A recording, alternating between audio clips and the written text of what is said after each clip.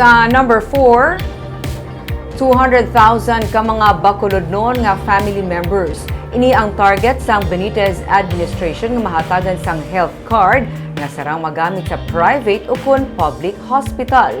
Target niya nga gilayon masuburan ini sa iya nga pagpungko bilang mayor sang Bacolod.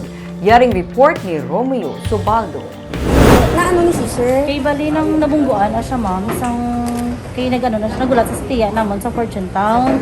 Kay manong sila tani bala baboy maihaw. Kay nabungguan siya gulpit, wala siya kapangaman, igo ginaiya ulo. Nagpadulong sa ABB Bacolod office si Helen Catolico kagang pakaisa sang iyang mister nga si Marilyn Tenorio para magpasimpalad kung makapangayo sang medical assistance. Abril 23, nabungguan sang salakyan ang bana ni Helen nga si Leon sa Fortune Town samtang nagaparking sa higad sang dalan sakay sa iyang tricycle. Gintahi kagin staple ang ulo ni Leon. May mga samadman siya sa nagkalain-laing nga parte sa iyang alawas. Ang nakabunggo, nakahatag na sa masobra 80,000 pesos sa ila, kagula na sa may mahatag pa. Ang tanan nila nga nabaton nga kwarta, naubos sa hospital bills. Subong, wala na sila sa may inugbakal pa sang bulong. Pero nakagawa na niya siya. Oh, pero ongoing ang iyang therapy, kagang iyang medication. Kay meron siya binang bulong at ang isa kabilog, tag 62 sa brain. Bangod wala pa mag-ayo, wala man sang income ang mister ni Helen. Hindi man abi maghiho ang iyang mga butkon. May ginapa-eskwela pa sila nga manugsulod na sa kolehiyo. Ang ongoing pa, ang kamot siya na naman hindi yan mapasakadahan na astaw. Hindi sa cobra. Hindi sa obra. Ito anong social income ano eh? Gitsang-gitsang lang ko para lang niya. Ba? Gitsang-gitsang. Pinakabilog na bataan? Isa. Makalis pa na sir.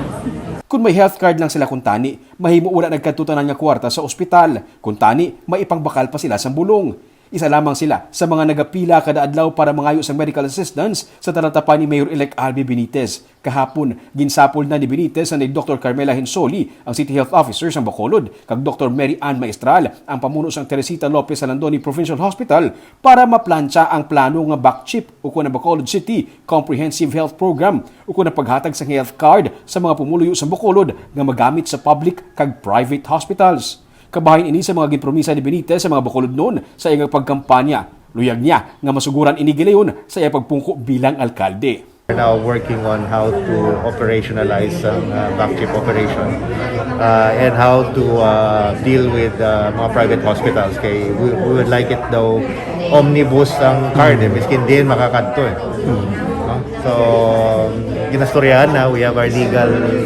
team here to coordinate with the private hospitals and hopefully we will have a draft agreement in place in time sa pagpungko natin, then we can sign that after of course being given authority by the Sangguniang.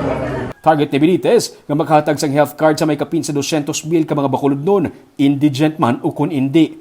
Si Helen, tigayon nga nakaprocess ang medical assistance, mahulat na lang siya sa text message kung ma-release na ang bulig pinansyal. Ang pakaisa sang iya mister nga si Marilyn, maghahulat naman nga magtupa ang health card kay may ginabatsyag man, kagluyag niya nga makapacheck up sa espesyalista.